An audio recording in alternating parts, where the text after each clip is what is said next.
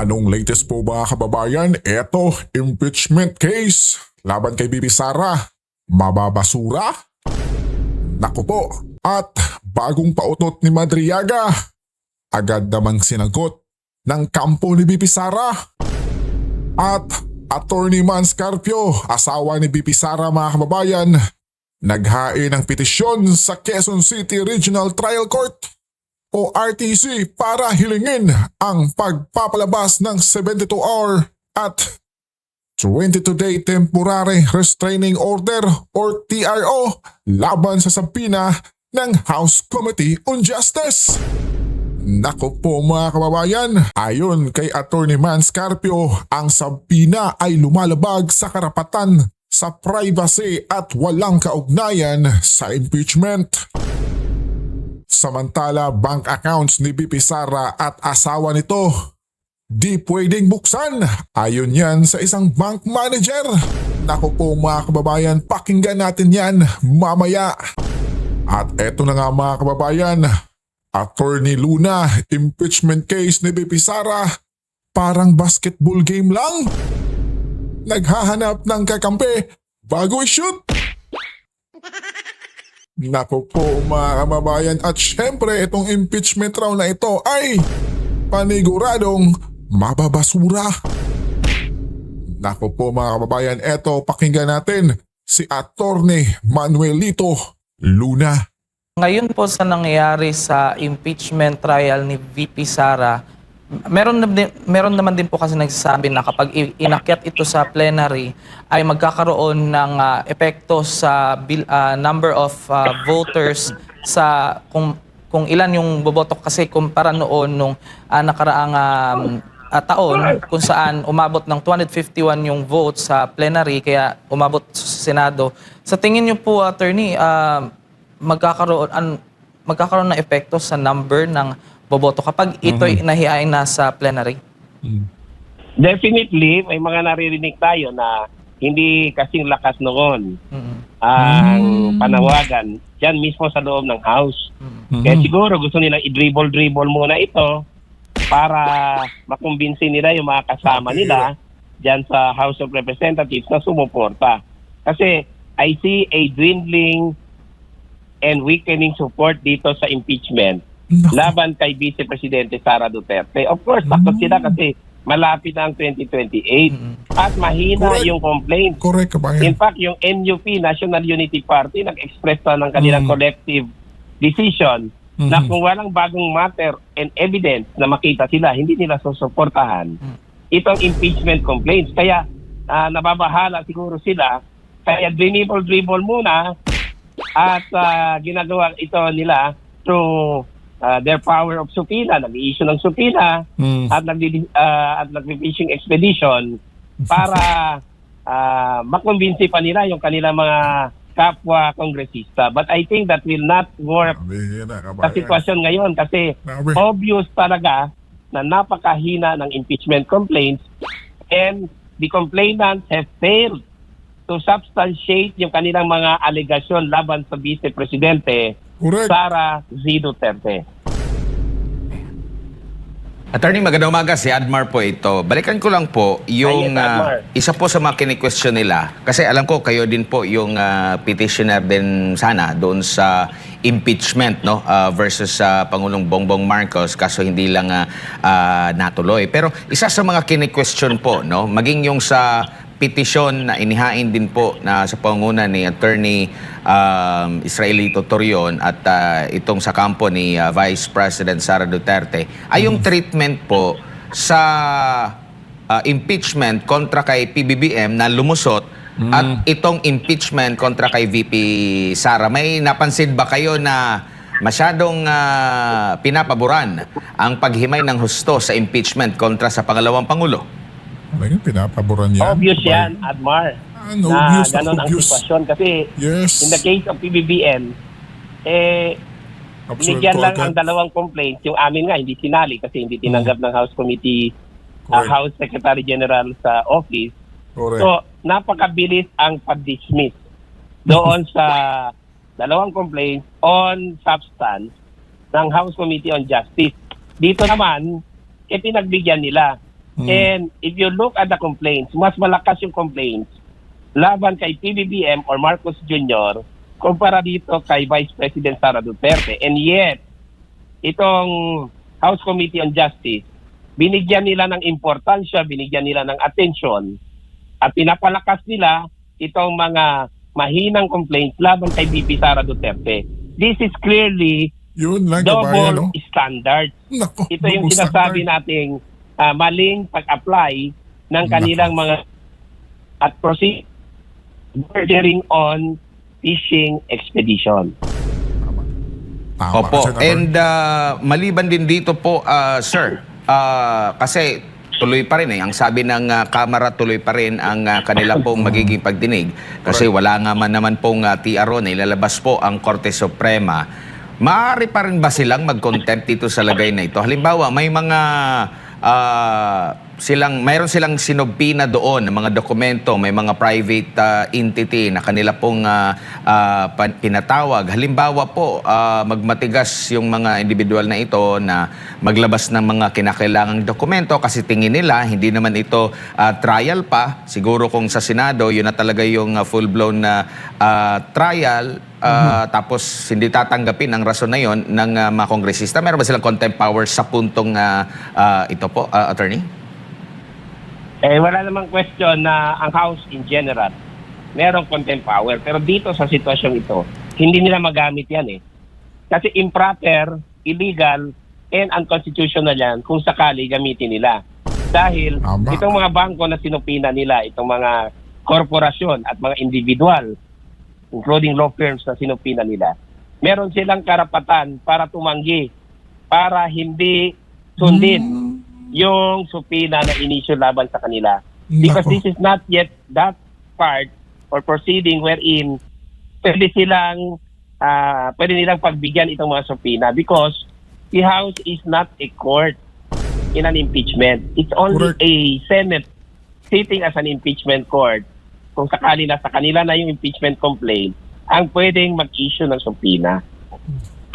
Opo, attorney, masyado na po bang mahaba itong impeachment na ito kumpara sa mga nasaksihan at kabilang kayo sa mga nag-petition din sa mga impeachments sa nakalipas na mga impeachment proceedings? Napakahaba, nakapagtataka. At ang sabi ko nga bakit ganito? Parang ginagawang basketball, dinidribble-dribble muna bago i-shoot. Ano kaya? Ano bang intention ng House dito? Pahiyain si VP Sara? Or maghanap muna sila ng mga kaalyado nila na susuporta? Or they are just buying time for the obvious? Kasi pag umabot ito sa plenaryo, baka hindi aabot yung 1/3 at ito ay totally mabasura mismo ng House of Representatives. Dahil nga sa napakahinang complaints at ang ginagawa ng House ngayon, parang siya na yung nag-a-act na parang court or kangaroo court. Nabawal because only the Senate sitting as an impeachment court in a proper proceeding can do this. Hindi sa panahon ito. Kasi ang hinahanap nila, Admar, is only probable cause. And just like in the fiscal's office, hindi kailangan ng trial na yan May hearing, but that is very limited. And then usually 1 or 2 ngayon, gusto nila parang sila yung bida dito sa sitwasyong ito, magkaroon ng trial. Definitely, this is void ab initio. Pambihira po talaga mga kababayan, no? Talagang huling-huli yung galawan nila. Na si VP Sara ay mapahiya at syempre, mapigilang tumakbo ngayong 2028. Yun lang naman ang kanilang agenda talaga mga kababayan, di po ba? Ang bihira, no? At eto na nga po mga kababayan, bagong pautot ni Madriaga. Agad namang sinagot ng kampo ni VP Sara. Mantakin mo mga kababayan sa kanyang sulat, si dating Pangulong Duterte raw umano mga kababayan, binalak umanong tapusin si Pangulong Bongbong. Naku po, para maging Pangulo, si VP Sara. Naku. Kung may plano pala sila mga kababayan, noon pa. Ba't pa nagpalakip si Tatay Digong mga kababayan sa kanila? Pambihira talaga tong si Madriaga mga kababayan, no? Eto, pakinggan natin si Attorney Sal Panelo Jr. Perfect time because as I mentioned a while ago in my introduction, may bago po kasing balita na nagsulat po for context si Ramil Madriaga. It was how many pages? I don't know if it was Three. 3 pages. 3 pages. Handwritten and basically saying this. I will try to summarize that there is a plan basically to assassinate a plan by former President Rodrigo Duterte to assassinate PBBM in the event that he does not go away. Give way. Give way, rather, sorry. To VP Give Sara. way to Vice President Sara Duterte to become president. Because apparently, medyo kakabasa ko lang po kasi, there was supposed to be a deal Right. beforehand that BBM was supposed to vacate the post by 2025. Ibig sabihin, midway doon sa 6 years, aalis si BBM, papalit si VP Sara, at kapag hindi ito in-honor ni BBM, ay either i-assassinate siya through poisoning, magkaka-people power, and etc. A lot of other things. That's part of the letter. First of all, your reaction to that? Yeah, this is exactly what I mean when I say the more Madriaga talks, the better for VP Sara's defense. Because this is clearly unbelievable. Not a word of what he said was true. And yeah, if he executes an affidavit or even he swears on this testimony tomorrow, then we'll be happy to refute it point by point. But yeah, I've always said that allowing him to testify before the House Justice Committee will only reveal his lack of credibility and expose his lies, but he succeeded in doing that even before appearing before the House Justice Committee. So, Via this letter? Via this letter, yes. Okay. While it can appear outrageous for someone like you, there could be other sectors that might believe in this because nga, again, may usapan daw, sila, si Pangulo, dating Pangulong Rodrigo Duterte, PBM, the Vice President, the then Mayor Sara Duterte, hanggang 2025. Meron pa kasing hanggang 2025 para the Vice President takes over as President and thereafter she will still be eligible to run again in the next election. So there could be people who would actually really believe this, but how important, I guess, is it for maybe someone else to confirm this narrative or this accusation of Ramil Madriaga? Or siya lang ba? For you, natatawa na lang ho kayo? Yun ang totoo, natatawa na lang ako. Hindi naman magiging mahirap para makakuha ng mga testimonya kahit nga mismo dun sa mga nabanggit niya, like si Senator Amy Marcos, binanggit ni Ramil Madriaga, nakasama daw sa meeting na yon. I don't know how we can get the testimony of PRRD, for example, who's in The Hague, but I'm sure we can get people close to the president that might have personal knowledge about these things. And of course, the vice president. And tomorrow, if he supplies more information, because there's a Mahaba-haba lack din of kasi dates, diba? And specific details, if he supplies that, then we'll definitely use that to dismantle his lies. What do you think of the timing of this letter hours before him supposed to appear during the hearing of the House Justice Committee? I think it's perfect timing, to be honest. Kasi we're talking about two things, really. Legal and public perception. In terms of legal, this is perfect timing because this just shows how incredible his testimony is and how outrageous the claims of Madriaga is. For example, kahit lang yung sinasabi niya na he gives advice to the former president. In 2018, he must have been a politician already for over 30 years.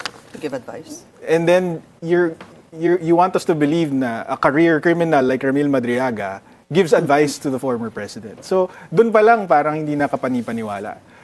Public perception-wise, this is something, of course, that we have to contend with. Sabi mo nga, baka may mga maniwala. But that's why we're granting these interviews. We are sharing with the media our evidence against Madriaga to show that he's a fraud. I said there will be individuals or sectors who could believe this story of Ramil Madriaga. In fact, one of the differences rather, would be a fairer statement from the last impeachment to this impeachment is Ramil Madriaga. Hindi ba? Kasi wala naman siya during the impeachment, the first impeachment against the Vice President. Siya yung parang bagong mas naisama dito sa impeachment that they're talking about right now. All right, so you want to hear what he will probably say tomorrow so that you were saying you can answer this point by point. But Yes. you've read the whole letter, those 3 pages. Yes, I have. Okay? And Yun pa lang, how would you refute that?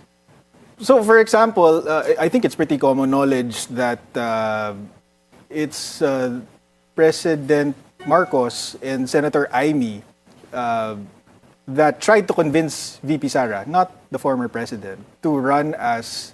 I think initially Senator Amy said that they were hoping that VP Sara would run for president and that BBM would run as her vice president. Pero in some miracle, she agreed to slide down to vice president. So doon pa lang labo-labo na yung storya ni But yun yung Madriaga. story ni Ramil Madriaga. Yan yung basically, yan yung nakasulat dyan sa letter na they were able to convince the Sara Duterte, para lang hindi magulo, na maging VP ni BBM. No, That is the letter of that's Ramil. what Senator Amy was saying in an interview. They tried to convince initially Sara to run for president, hoping that she would pick BBM as her vice president. But late in the game, vice president agreed to slide down to be BBM's president. Yeah. Other parts of the letter that you can remember. It doesn't make sense to have a term sharing agreement. I don't think even BBM will admit to that, quite frankly. If he does, You mean admit to that or accept that?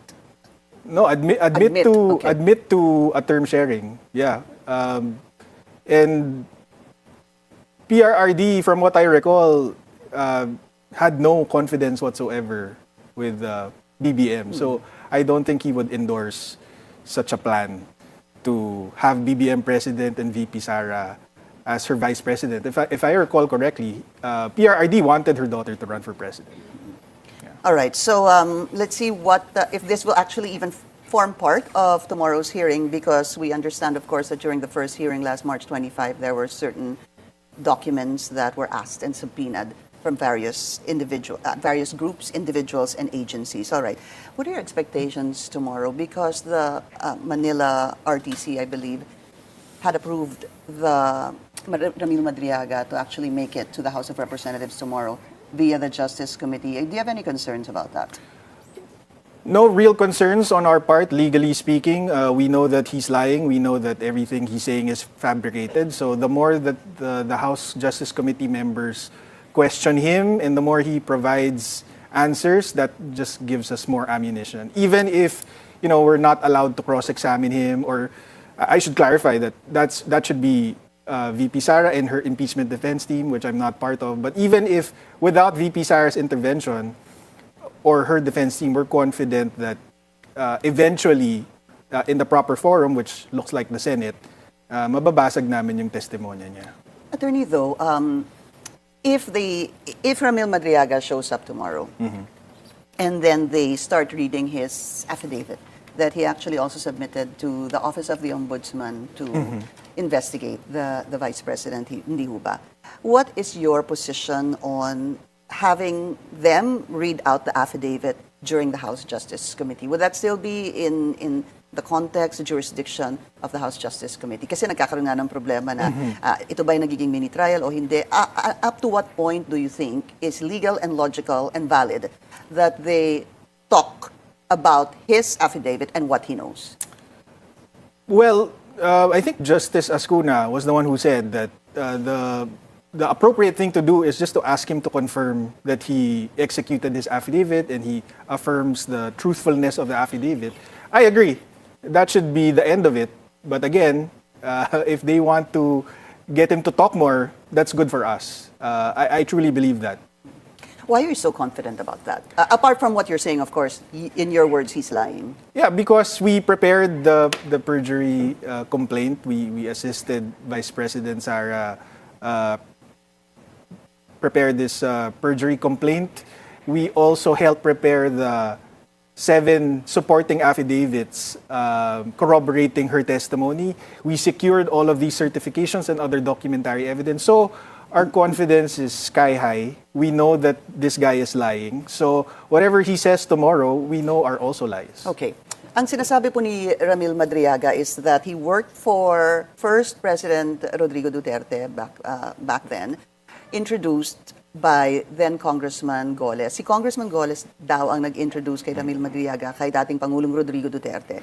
And then eventually he was part of, I think, basta parang a civilian part of the National Security Council, if I'm not mistaken. And then, at some point, the former president introduced Ramil Madriaga to then Mayor Sara Duterte. Correct. Tapos, pagkatapos noon, he claims that siya nga ang bumuo nung tinatawag na, hindi ba, yung Vice Presidential Protection Security Group, the Yes, VPSPG. Yeah. And again, natatawa po kayo Yeah. doon. Bakit po? Well, it never happened. The introduction from PRRD to VP Sara never happened in 2018. And this guy, Madriaga, is not part of the AFP or DND hierarchy. And yeah, the formation of the VP-SPG was a completely internal matter within the AFP and the DND. Yeah. And the DND. And it just doesn't make sense for an outsider like Madriaga, who has a criminal record, to have such influence to be able to form this VP-SPG group. But aside from that, we have testimonies from the 2 former PSG commanders of the PSG and even the VP-SPG commander, former VP-SPG commander La Chica, and they say they don't know this guy. So it's really impossible yung mga pinaparatang niya. There's an issue about cell phones. There's supposed to be 2 or 3 cell phones that was supposed to be in his possession. It seemed Mr. Ramil Madriaga. That supposedly will show whatever and debunk your claim or the Vice President's claim that they even know each other. There are supposed to be text messages that may prove this because ang claim po nga niya is that he delivered money to individuals. Are you concerned about these cell phones? Do you know anything about these cell phones? Did you ask the Vice President about what could be the contents or what could possibly form part of those cell phones? VP Sara has never had any communication with this guy. Their interaction was limited to the campaign. There were Zoom meetings with ISIP Pilipinas and other parallel support groups, but these were never one-on-one intimate meetings. These were meetings with campaign groups during the pandemic. So necessarily it would have been virtual meetings. And then there were also instances where they would meet in campaign spots. For example, there's this one instance in Matnog, Sorsogon. This was even before the campaign, but VP Sara was going on this motorcycle caravan. She was going around the country before the election period started. And ISIP Pilipinas, including Ramil Madriaga, knew that she was going to be there, so inabangan nila. So there's this picture and video going around where VP Sara handed over a flag to Ramil Madriaga, and people online, at least those who are critical of the Vice President, claims that this is proof that they knew each other. Right. But really, the handing of the flag is a campaign regular. It's a regular thing that VP Sara did during her stops in the campaign, and she actually asked Attorney Ryan Kilala, who was a former associate dean of San Sebastian, where the Vice President took up her law. And supposed to be Ramil Madriaga too, right? Ramil Madriaga's friend, itong si Attorney Ryan Kilala. So hindi kilala ni VP Sara si Ramil Madriaga. Ang kilala niya, si Attorney Kilala. Attorney Ryan Kilala. Aha. Siya yung nag-organize nung Si Attorney Kilala. Oo. Nung first Zoom meeting, and in that instance, tumawag si VP Sara to Attorney Kilala. Sinabi niya, nadaanan ko yung Easy Pilipinas dito sa Matnog. Who do I go to thank? Sinong papasalamatan ko dito? So, si Ryan Kilala, sinabi niya, si Ramil Madriaga. The certification I also wanted to talk to you about because obviously Ramil Madriaga was saying that siya yung nagbuo din ng Vice President SPG. And then you talked about it a while ago, certifications. Just to refresh our memory, there was a certification from the OVP and the DepEd that he was never part of it. That would be the obvious. I mean, di ba? Lagay na lang po natin yun. Let's set that aside. But there's also certification from the DND and the AFP, if I'm not mistaken, that No, there's a certification from the PSG. He claims to have worked in the PSG, teaching tactical driving courses. But we have a certification from the Presidential Security Command that no Ramil Madriaga has ever been connected or employed with the PSG. And then we also have a certification from the VP-SPG, which is now called AFP-SPG, about the same thing. He was never connected. Apart from that, we actually have documents indicating the entire roster of the VP-SPG. That's all included in the perjury complaint of VP Sara, which I should mention is also available to the House Justice Committee because the entire 340 pages of this perjury complaint was an attachment to VP Sara's answer ad cautelam to the impeachment complaints. apart from that, I mean, sinabi mo nga weakest link in previous interviews, si Ramil Madriaga. Attorney Palad, his lawyer, was saying, and I'm just going to summarize what he answered. His response, rather, was that it's a clear attempt to discredit at Ramil Madriaga, according to Attorney Palad. And then he said that we challenge those making these claims, including the VP, to face Madriaga on April 14. What do you say to that? She doesn't need to. That's our position. She doesn't need to confront him to prove that he's a fraud. Like I said, the more he talks, the better for VP Sara's defense. What any update on the perjury case that you filed? I think was this March 5? Actually, March 5? coincidentally, the second setting of the preliminary investigation is tomorrow, and we received word from Attorney Palad's partner, Attorney Te, that Madriaga will be submitting his counter affidavit tomorrow. So Okay. we'll know what his defenses are to the perjury complaint tomorrow. Attorney Te, what's the first name of Attorney Te?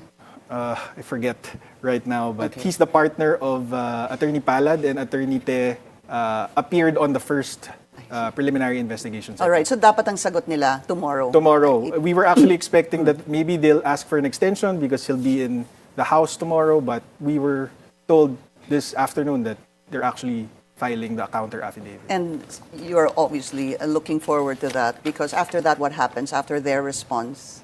We will ask for an opportunity to file a reply. And then my expectation is we will be able to dismantle everything he says. At syempre, pakinggan din natin mga kababayan itong banat ng ama ni Panelo Jr. ukol kay Madriaga, kabayan. Ito, pakinggan natin. Tama ko yun kasi gaya na sinasabi niya, itong testigo nyo,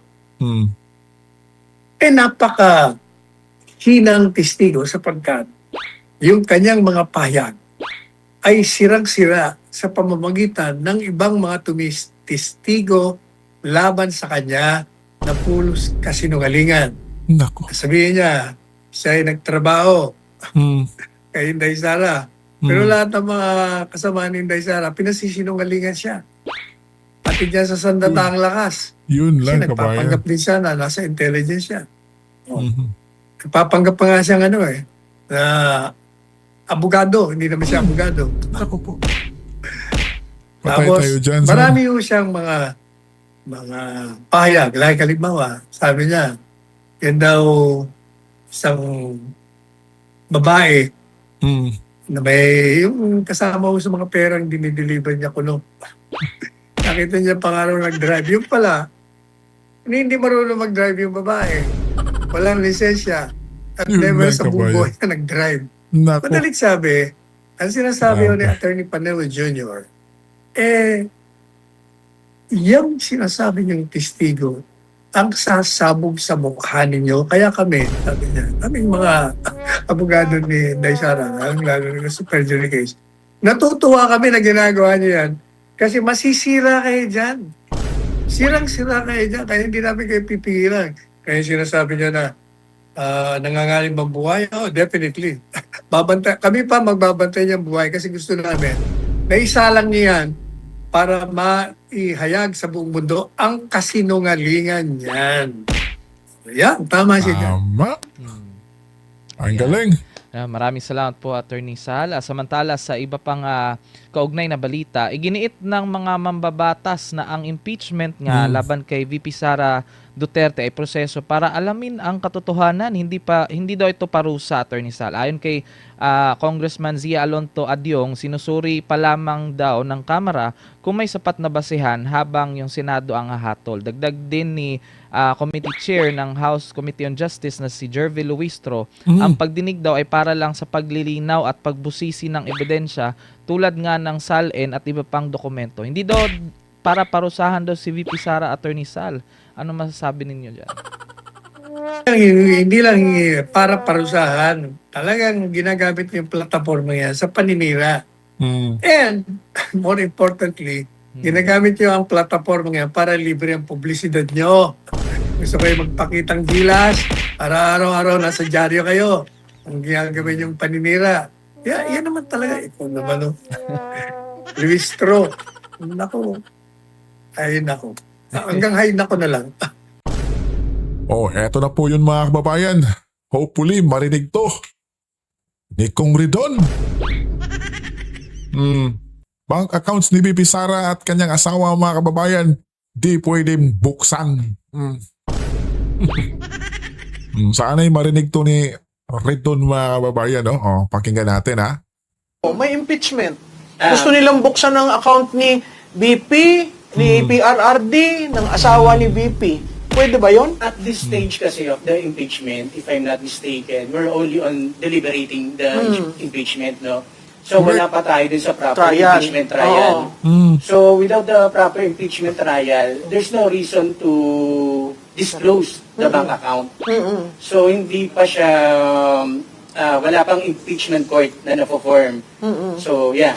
As you mentioned, that's a fishing expedition. That's a fishing expedition, right? Fishing So expedition if the House Committee on Justice gives you a subpoena, you as a bank manager, will Without that the impeachment, without the just the House? yes, the bank officer will be criminally liable under the law. Ayan. Yes.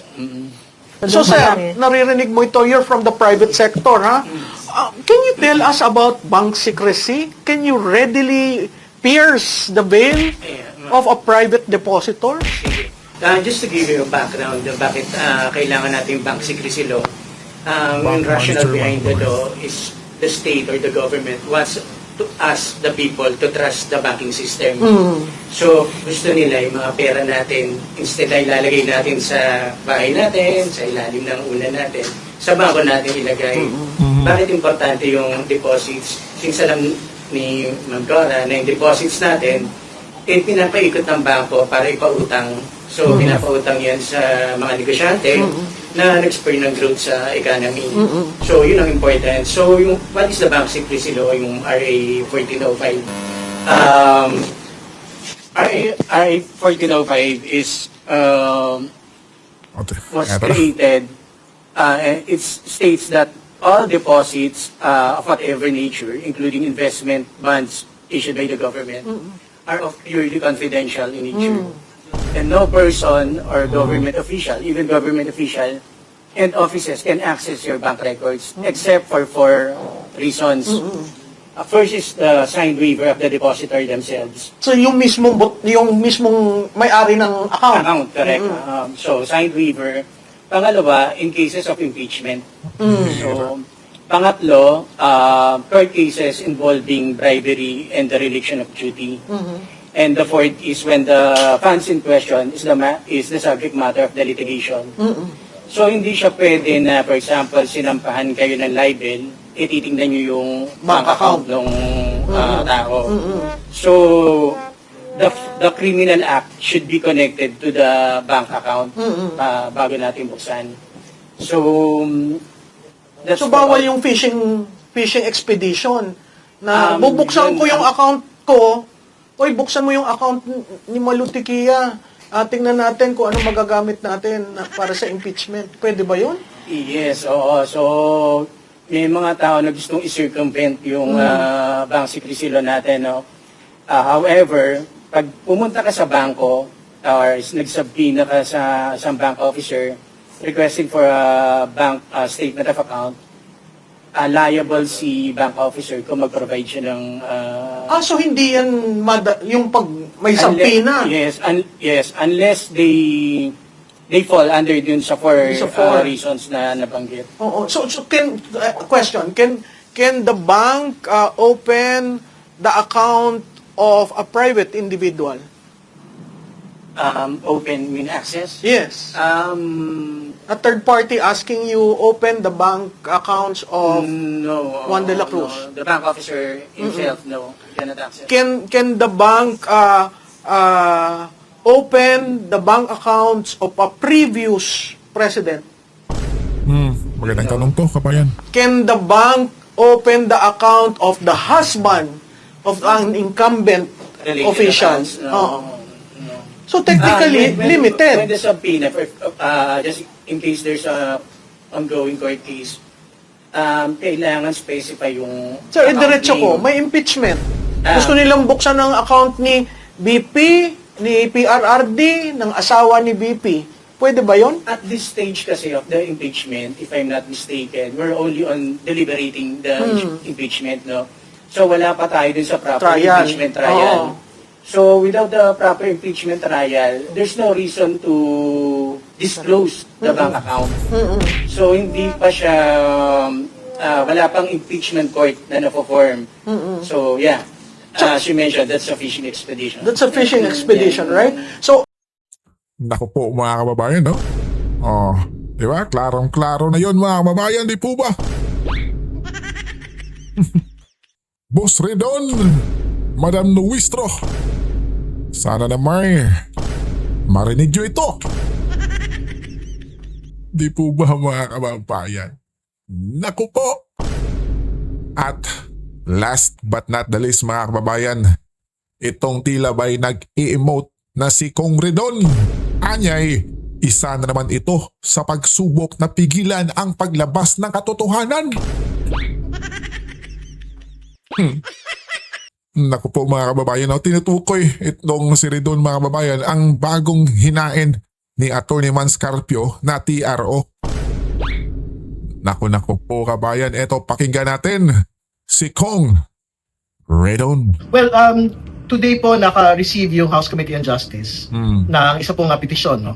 Mula Yeah. po kay Ginoong Manscarpio at yung pong kanyang law firm, yung pong Carpio Lawyers, asking for a TRO at prohibition ng pagkuha ng mga income tax documents na hinihingi po ng committee through a subpoena mula po sa Bureau of Internal Revenue. Ang pagtingin ho natin dito ay, again, isa na naman po ito doon sa mga pagsusubok ng kampo ng ating pong Pangalawang Pangulo na pigilan po ang paglalabas ng katotohanan. They cannot restrain the truth anymore. At tuloy-tuloy po ito, and as soon as the ITRs are submitted to the House Committee on Justice, it will be presented in the House impeachment hearing. Ang sabi po ni Ginoong Carpio, this is a violation of the right to privacy. ITRs are confidential, and it is a violation of yung pong privacy rules, no? Na meron daw po sa ilalim po ng batas, Data Privacy Act. Pero hindi po yung totoo. Kasi ITRs are public documents. It is submitted to the Bureau of Internal Revenue. Ito rin po yung pagbabatayan ng iba't ibang mga krimen. Kung meron pong pagkakasala sa pagbabayad o hindi po pagbabayad ng buwis. So hindi po pwedeng sabihin ng kahit sino mang tao na hindi po ito pwedeng silipin ng komite po ng Congress, particular ng House Committee on Justice. No? And more importantly, ang pinag-usapan nun natin dito, hindi naman ako pribadong tao. Pinag-usapan nun natin dito, si Vice President Sara Duterte, yung kanya pong tax payments. No? So, pagka join po yung filing po nilang mag-asawa, halimbawa, or separate po yung file, we will see as soon as the documents are submitted by the BIR. Pagka ho, separate filing, and then we can confine ourselves to the submissions of Vice President Sara Duterte. But again, mag-asawa ho sila eh. Hindi ba? So, basically, yung reflection po ng net worth ni Vice President Sara Duterte ay nakaangkla din po doon sa mga submissions po at ang paglawak ng kayamanan ng kanya pong asawa mismo. So whether it is a joint filing or a separate filing ng income tax returns ng mag-asawa pong Duterte Carpio, yung pong hook kung bakit po pwedeng silipin ng House Committee on Justice po na ito ay malinaw na malinaw, kailangan po makita kung meron po bang unexplained wealth ang atin pong pangalawang Pangulo, at isa sa mga paraan para makita po ito ay sa pamamagitan po ng pagsilip at pagpapakita ng pong income tax returns ng mag-asawang Duterte Carpio at ng kanila pong mga kumpanya. Diba mga kababayan? Talagang mini trial na nga. Tapos i-deny pa nila mga kababayan na hindi raw. Pambihira talaga. Ikaw kabayan, anong masasabi mo dito sa pinagsasabi ni Kong Redon? Komento nyo lang sa baba mga kababayan. At yun na nga po mga kababayan, no? Naku po, tila ba'y mababasura na nga ng tuluyan to. Itong impeachment na ipinaglalaban talaga nila para magpatahimik itong si BP Sara. Naku. Ikaw kabayan, anong masasabi mo? Na ngayong araw pa naman na ito ay ani Redon, tuloy na tuloy po yung Vladvat o yung impeachment sa kanila ni BP Sara mga kababayan dyan sa Kamara. Abangan natin yan mamaya mga kababayan ha, yung impeachment nila kay BP Sara. Okay, alright, hanggang dito na lang po. Abang tayo mamaya kabayan kung anong resulta sa ipinaglalaban nila para mapatahimik itong si BP Sara.